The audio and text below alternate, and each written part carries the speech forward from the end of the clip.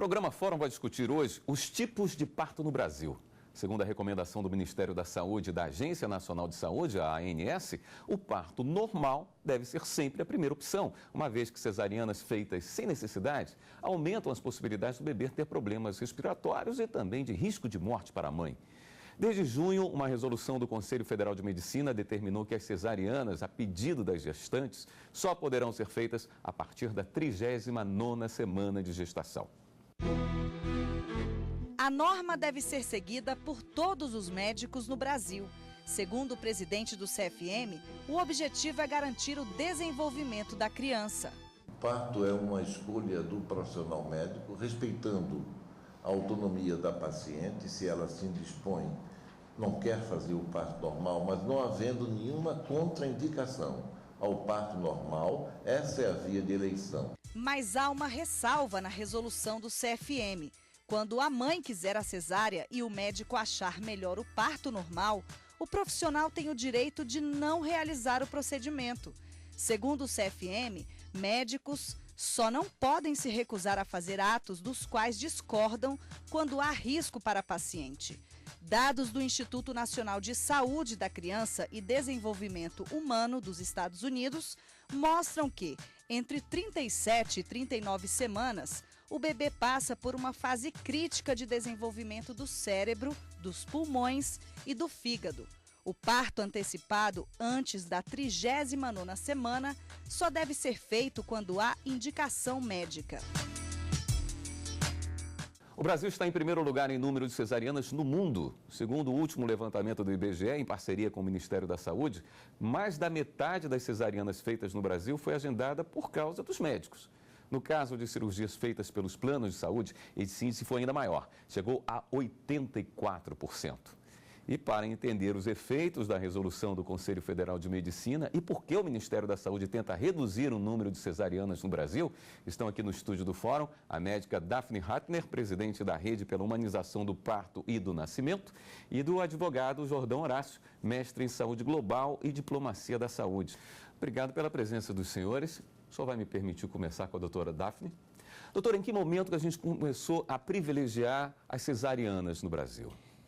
Veja, em 1970 a gente tinha 5%, que era a nossa taxa de cesáreas. E as cesáreas, na época, tinha muito risco para ser realizada e ela era muito bem indicada. À medida que foi mudando a técnica e mais profissionais foram se apropriando, e fora isso, a gente tinha um modelo de atenção ao parto que tinha a obstetriz ou enfermeira obstétrica assistindo os partos sem complicações, partos de baixo risco. E aos poucos os partos foram migrando para serem de profissionais médicos. Profissionais médicos são mais treinados para diagnosticar e tratar. Então, por exemplo, a dor do parto, que é tão comum, na medicina é considerado um sinal de que algo está errado. E aí se intervém. E aí, nos anos 80 começaram a aumentar. A gente tem uma pesquisa que realizamos em 89 e tinha uma região no estado de São Paulo que chegou a 85% a taxa de cesáreas. Tinha hospitais com 100% de taxa de cesáreas nos anos 80. Junto com isso, a gente tem ainda o fato de que as mulheres, para o planejamento reprodutivo, não era permitido fazer laqueadura e elas tinham muitos filhos. Então, se aproveitava a cirurgia cesariana para fazer laqueadura. Então, com isso, mais o fato de a gente ter mudado de modelo e centrado no profissional médico, partos que não têm risco nenhum, fez com que aumentasse. Então, foi nos anos 80. Justamente por causa disso. A senhora gosta desse outro modelo dos partos feitos por enfermeiras? Veja, os países que têm indicadores fantásticos para a saúde das mulheres e dos bebês são os países que mantiveram esse modelo de que partos sem complicações, parto que a gente considera risco habitual, quem atende são as obstetrizes, enfermeiras obstetras, as midwives, na Inglaterra, nos países de língua inglesa, Hebam na Alemanha, Sage-Femme na França, eu não sei falar o nome daquela no Japão, mas são países com indicadores invejáveis e que mantiveram esse modelo. Parto de baixo risco precisa de um profissional habilitado, mas não obrigatoriamente de médico. Uma doula funcionaria bem? Doula não. Doula é um outro tipo de profissional. A doula é alguém que está do lado da mulher, uma facilitadora, fortalece, mostra para ela alguns mecanismos não farmacológicos de alívio da dor e consegue fortalecer a mulher na sua competência para parir.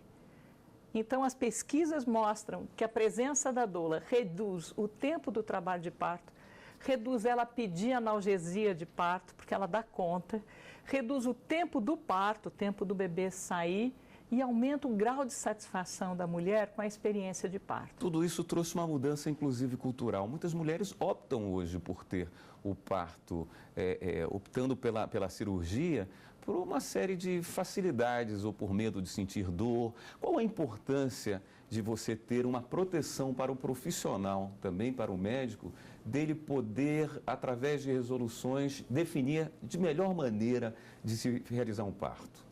Eu acho que um grande avanço que vem nesse sentido é o termo de consentimento livre e esclarecido, que já vem sendo obrigatório desde o ano passado, com as primeiras medidas implementadas nesse sentido pelo Ministério da Saúde e pela Agência Nacional de Saúde Suplementar.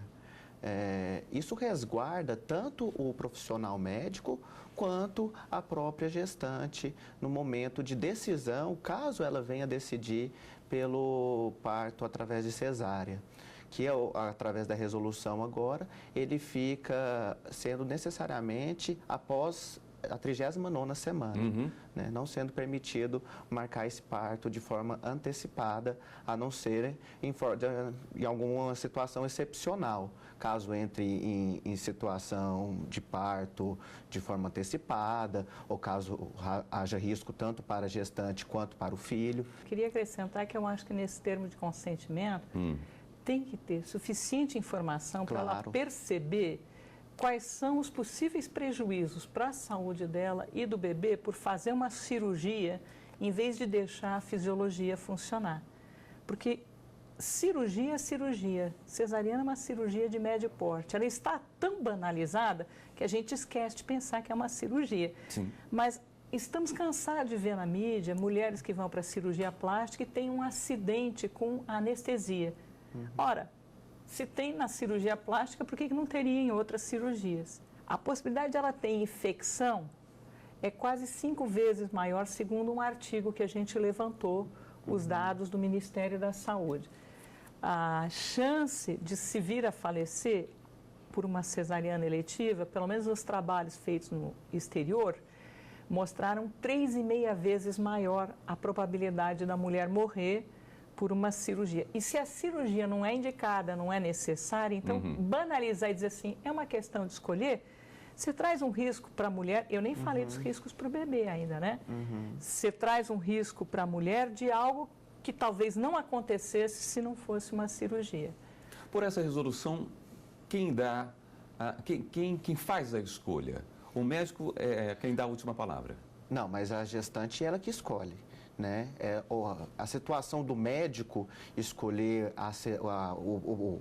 qual o parto será, se será cesárea ou se será normal, isso acontecia muito anteriormente. O profissional médico geralmente ele escolhia pela sua própria conveniência, não respeitando a autonomia da gestante. E isso pode ser caracterizado como uma violência na atenção obstétrica. Né?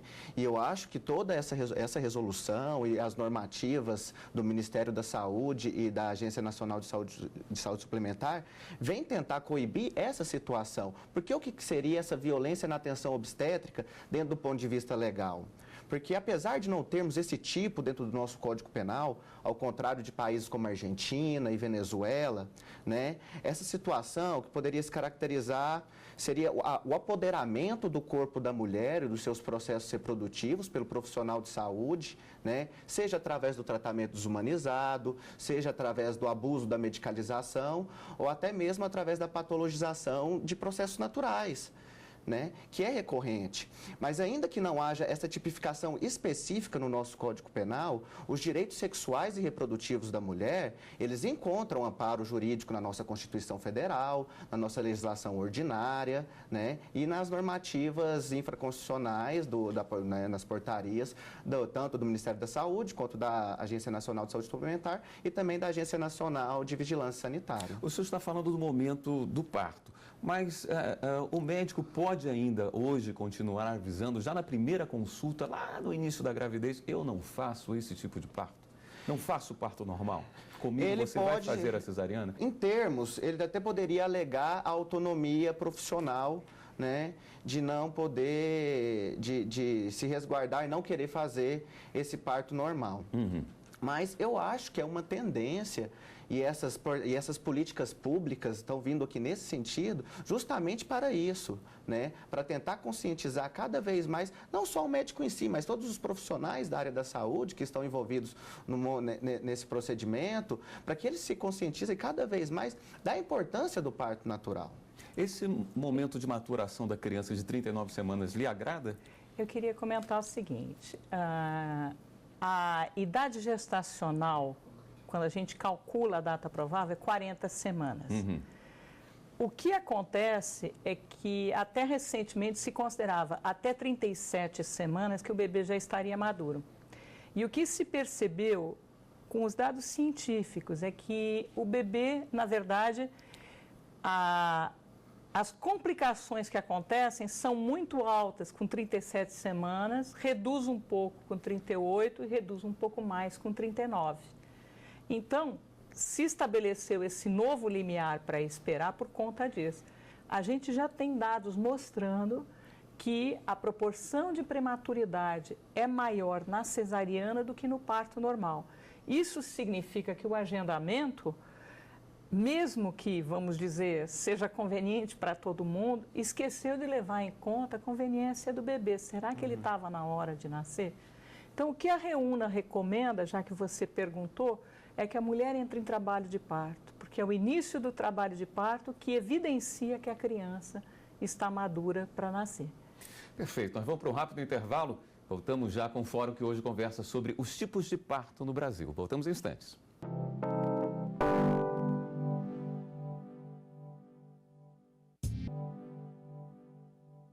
Estamos de volta com o programa Fórum. A cada 10 partos realizados em maternidades particulares, 8,5 são cesáreas. A Organização Mundial da Saúde recomenda que esse índice seja de 1,5. Por isso, o Ministério da Saúde diz que o Brasil vive uma epidemia de cesarianas. Mas existem projetos no país que estimulam o parto natural e mais humanizado. Flávia, grávida de 39 semanas, pela segunda vez vai ter o acompanhamento de uma doula durante o parto. Uma segurança garantida por lei desde 2015 no Distrito Federal. O acompanhamento de doulas antes, durante e depois do parto é recomendado pela Organização Mundial da Saúde e pelo Ministério da Saúde. Uma lei semelhante também foi aprovada no Rio de Janeiro. Um benefício tanto para a mãe quanto para o bebê. Doutora, a senhora já havia dito no primeiro bloco que gosta da ideia da presença da doula. Interessante é que antigamente a mãe tinha que optar por uma pessoa apenas para acompanhá-la, né? Ou o pai, ou a mãe, e agora a doula já entra como equipe médica, além desse acompanhamento feito. Bom, em primeiro lugar, eu gostaria de dizer que a iniciativa da lei do acompanhante foi da nossa organização, Rede pela Humanização do Parto e Nascimento, com base nas evidências científicas de que, tendo uma pessoa das relações dela, o parto transcorre melhor. E a doula tem outras evidências científicas que mostram que uma pessoa preparada, que esteja do lado da mulher, que a oriente, que não seja da equipe médica, como você falou, seja alguém que está do lado da mulher, tem esse efeito bastante poderoso de reduzir o tempo de trabalho de parto, reduzir a necessidade de analgesia. Eu esqueci de falar de reduzir a taxa de cesarianas. A mulher parece que é mais fortalecida para o parto normal e aumentar a satisfação da mulher. O Distrito Federal tem a Lei 5534, desde 2015, que garante o direito à doula. Em Campinas e em outros municípios também, o estado de Santa Catarina e agora tivemos o estado do Rio de Janeiro. Quando uma mãe quiser, né, optar por ter um parto cesárea e antes do período mais indicado, o médico pode transferir para ela a responsabilidade? Tem como ele se resguardar dessa responsabilidade? Não, hoje a resolução do Conselho Federal de Medicina, ele veda essa opção antes da 39ª semana. Caso o médico faça o parto de forma cesárea antes da 39ª semana, sem entrar nas exceções que a própria resolução já prevê, ele poderá responder administrativamente perante o respectivo conselho e também criminalmente e civilmente, nas 3 esferas que são independentes entre si, né? Agora temos um problema. Essa resolução do Conselho Federal de Medicina veio buscar reduzir a prematuridade que a gente chama iatrogênica, aquela que é consequência de um tratamento médico. E, logo em seguida, um deputado protocola um projeto de lei que garante a gestante e ao médico agendarem a cesárea com 37 semanas. Este projeto de lei está sendo denominado no movimento de PL da prematuridade. E, assim, com ironia, eu costumo dizer, é o projeto de uma lei que vai garantir a todo bebê o direito de nascer prematuro. Eu juro que eu não entendo. E esse deputado nem médico é. Teremos mais nenéns passando menos dias dentro da barriga e mais na UTI. Exatamente. Aumenta o gasto, inclusive. Exatamente. E isso é muito complicado para um país que mas tem mais um do que o sistema gasto, único de aumenta a saúde. mortalidade. Sim. Como que nós vamos conseguir reduzir os índices de morbimortalidade materno-infantil se não passar por essa questão da conscientização da importância do parto normal? E aí é uma mudança de cultura. Agora, o que a gente vê é que tem essa resistência à mudança, né? Mal o Conselho Federal de Medicina faz um movimento para garantir a redução da prematuridade, vem alguém querendo que, não mexe no jeito como a gente está fazendo, deixa a gente continuar. E assim, as UTIs estão muito lotadas. Agora, doutora, existem algumas, eu não diria justificativas, mas os motivos que levam os planos de saúde, os médicos particulares, os hospitais particulares, a optarem pela cesárea. Mas por que isso acontece também no hospital público? Veja, no hospital público não acontece cesárea agendada. No hospital público acontece um aumento da taxa de cesáreas, porque muitas vezes são os mesmos profissionais que trabalham uma parte no privado, uma parte no público, e a pessoa não consegue mudar a cabeça. Então, se ela pratica muita cesárea, se ela está despreparada para acompanhar parto vaginal, ou se ela ganha pelo número de partos que assiste, vai mudar o plantão e quem vai ganhar é quem vai entrar no próximo plantão. Aí ela faz para garantir que venha o pagamento para si. Então, tem algumas coisas da conveniência profissional que não é focado no bem-estar nem da mulher nem do bebê, que ainda é prática em vários locais. E também tem a questão que muitas vezes a própria gestante, ao procurar o Sistema Único de Saúde, ela desconhece os seus próprios direitos. O seu direito a ter um parto humanizado de qualidade, o seu direito acompanhante e tantos outros direitos que estão resguardados nos programas, nas portarias do Ministério da Saúde, tal como a Rede Cegonha, né? E esses profissionais médicos, muitas vezes, não informam essa gestante desses direitos que ela possui. Então, aliás, a Rede Cegonha, na verdade, é um projeto do Ministério da Saúde. A Rede Cegonha. Ela busca, primeiro de tudo, era uma convergência de muitas políticas anteriores, né? Desde 2000, por exemplo, tivemos o programa de humanização do pré-natal e nascimento. E a proposta é que a mulher possa planejar a gravidez e o planejar não ter, se for o planejamento familiar, e quando ela planeja, ela já seja acolhida pelo sistema de saúde, seja acolhida no pré-natal, no parto e depois até o bebê com 2 anos de vida.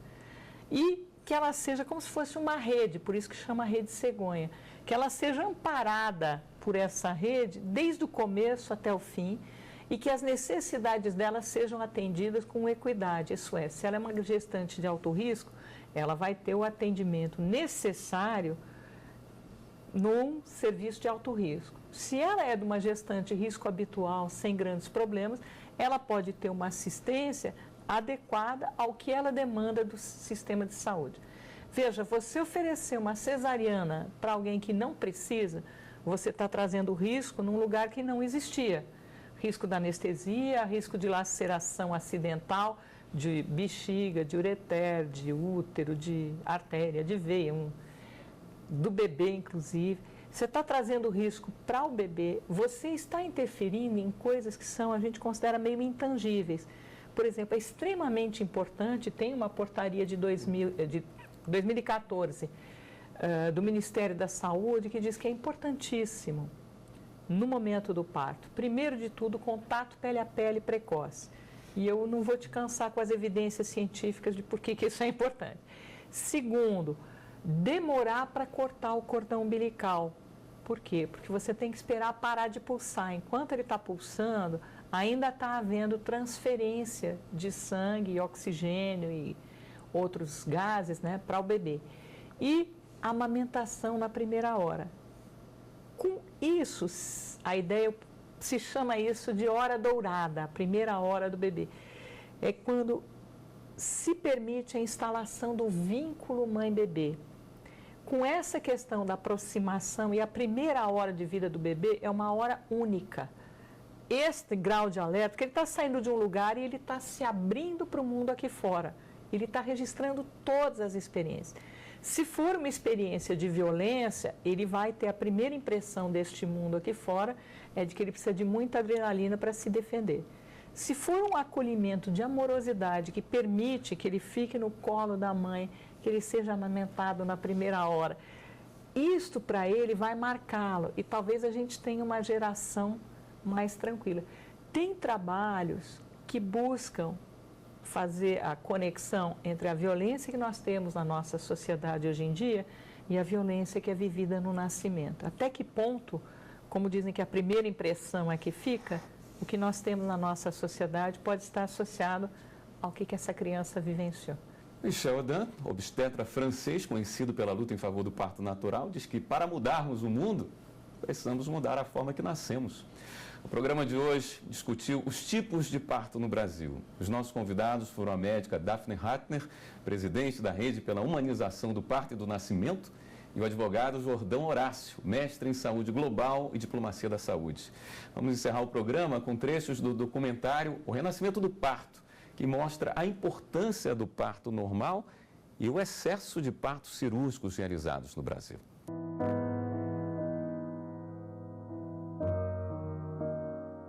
Until recently, love was a topic for poets, for philosophers, for novelists. But today, love is also studied by scientists. We can understand today that the capacity to love is to a great extent organized, built during the period surrounding birth. A forma como nós atendemos o parto nas sociedades contemporâneas industrializadas é um evento muito novo se nós levarmos em consideração o tempo em que nós estamos na face da Terra. Hoje em dia, o parto no Brasil passou a ser um ato cirúrgico, ao invés de ser um evento fisiológico. Esse modelo que nós criamos, centrado na figura do médico, na patologia, centrado nos hospitais, é um modelo que deu o que tinha que dar. O mundo hoje está predisposto a botar você dentro de uma sala para fazer uma cesariana. Isso eu já entendi que é fato. O valor que o plano paga não compensa você desmarcar um consultório inteiro. Você ganha mais numa tarde de consultório do que num parto. Nós já atingimos no Brasil quase 50% das mulheres tendo seus filhos através de uma grande cirurgia abdominal. Pior, determinados segmentos da população brasileira, como a classe média, tem por volta de 85% a 90% de chance de ter seus filhos através de uma cesariana. Isso é fundamentalmente uma tragédia. Até o próximo programa.